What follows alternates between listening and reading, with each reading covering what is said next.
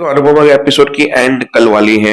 कोई आएगा जहां अनुपमा अपना दुपट्टा मतलब बाल यूं घुमाएगी, उसको लगेगा बोला मैंने आपको नहीं देखा पीछे। उसकी माँ बोलेगी, स्पाइसेस चटनी वाली की माँ, कि मैंने तुम्हें पहचान लिया। आप किसको पहचान लिया आई डोंट नो। और उससे पहले वाले सीन में एंडिंग में अनुपमा को वो स्पाइसी चटनी वाली माँ लेकर आती है, बोलती है मुझे ऐसा लग रहा है आप अमेरिका में मुझे टैक्सी में बिठा के सीधा इंडिया लेकर आए। पूरा इंडियन फीलिंग आ रही है यहाँ पे त्योहार देख के। और तीसरा सस्पेंस था शाह हाउस वाले का, जहां मकर संक्रांति मनाते हुए इशारे चल रहे थे। वो मनाते बोला कौन से इशारे कर रहे हो तुम? बोला इशारे नहीं, ईशानी नहीं मिल रही है। तो वहां पे सब लोग घबरा जाते हैं, अब ईशानी कहाँ गई, कैसे गई, आई डोंट नो। साइड पे रखते हैं सस्पेंस को, शुरू करते हैं कहानी को। तो कहानी की शुरुआत शाह हाउस से ही करते हैं, जहां उसकी एंट्री हुई थी काव्या की बच्ची को लेके। माई को आई, फिर उसका बाप ने उसको हाथ हटाया यूं से और बाहर चला गया। बोला पापा को मेरा आना अच्छा नहीं लगा। गुस्से में होके चले गए, वरना तो बाहर निकल गया। फिर डिम्पी ने समझाया नहीं नहीं पापा को काम होंगे, सब लोग बहुत खुश है, बहुत तुमसे प्यार करते हैं, चलो हम तीनों मिलकर मिठाई खाते हैं, ये खाते हैं। फिर पाखी आई काव्या के साथ मिलके, तो जो शर्म नहीं, बोला पापा की टेंशन पड़ रही, पहले से वो टिट्टू घर में अब ये लेकर आई। सोच भी रही पापा का दिमाग कितना खराब। बोला बोला मैं तुम्हारे बेटी के बीच में कुछ बोलती हूँ, हर बेटी को बाप की जरूरत होती है। पूरा 2 खिलौने दे देती, 4 कपड़े दिला देती, बेटी तेरी खुश हो जाती है। बोला मेरी बेटी 2 खिलौने और 4 कपड़ों की मोहताज नहीं है। बाकी मैं तेरी बेटी की तरह नहीं करूंगी कि बाप होते हुए भी उससे अपने बाप के प्यार से वंचित रखो। बोला वो उसका बाप रियल था, फिर भी वो उससे दूर है, और मेरे पापा इस बच्चे के बाप तो बिल्कुल भी नहीं है। समझ में आया? बोला मैं जब तुम्हारे बीच में नहीं बोलती तो तुम भी मत ही बोलो तो अच्छा होगा।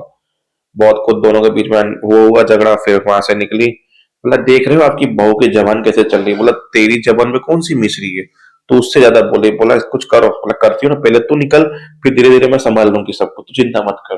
पहले तू तो झगड़े की मेन जड़, और तू झगड़े की शुरुआती तू है, तीली है तू तो माचिस की। बोला आपको मुझसे क्या प्रॉब्लम है? बोला है ना, बहुत प्रॉब्लम है। भा और उनके बीच में झगड़ा हुए। फिर अंश, मतलब सबसे पहले माही गई वहां पे। बोला आप कौन? फिर वो आई ईशा वहां पे, पाखी की बेटी। वहां पे हमारे जो टीटू साहब है वो उठ रहे थे, फिर गिर रहे थे, फिर बार उत्तरायण देख रहे थे। फिर बोला हमें हमारी विश लिखनी है। बोला कि मम्मी पापा साथ में रहिए, मेरी विश है, टीटू ने बोला।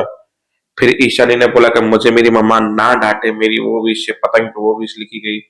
फिर माही ने विश लिखी कि पापा मुझे प्यार करे पतंग पे, वो विश लिखी गई। इतने में आके अंश ने सारी पतंगे फाड़ दी।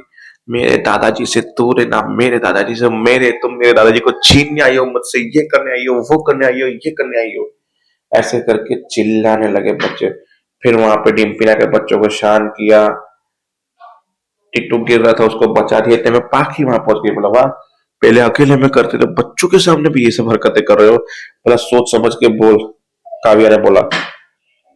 बच्चे बोला तुम तीनों बच्चे जरा बाहर जाना, शायद ये चीज पापा देख लेते तो मजा आ जाती।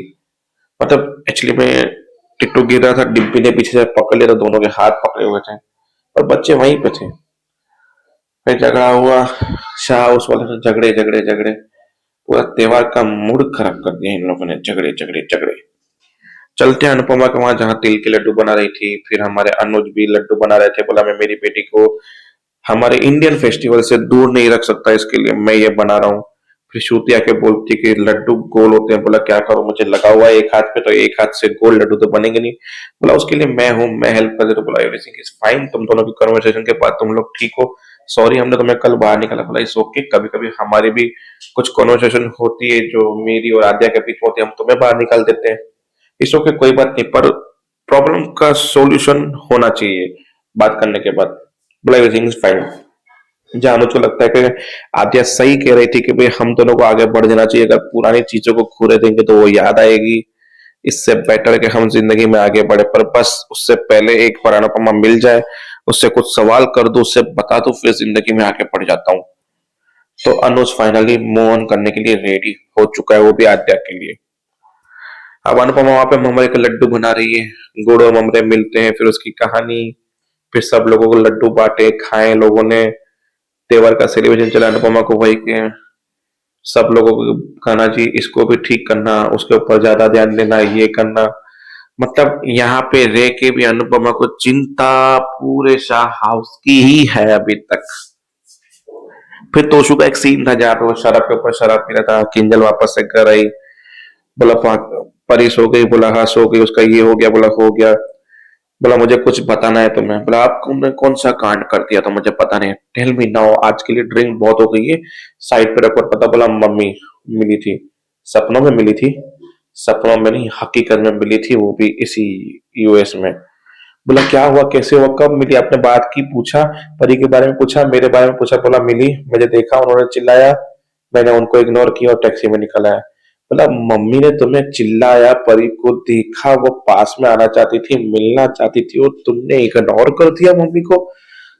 तो शु बोला मैंने बोला ना कि मैं किसी भी परिवार के मेंबर से ना बात करना चाहता हूँ ना मिलना चाहता हूँ, इसलिए मुझे ना जिद करना ना मुझे फोर्स करना, मैं ऐसे ही रहूंगा, मैं किसी को ना मिलूंगा ना किसी से बात करूंगा।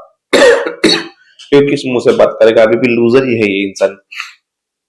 तो देखते हैं आगे होता क्या है तब तक के लिए।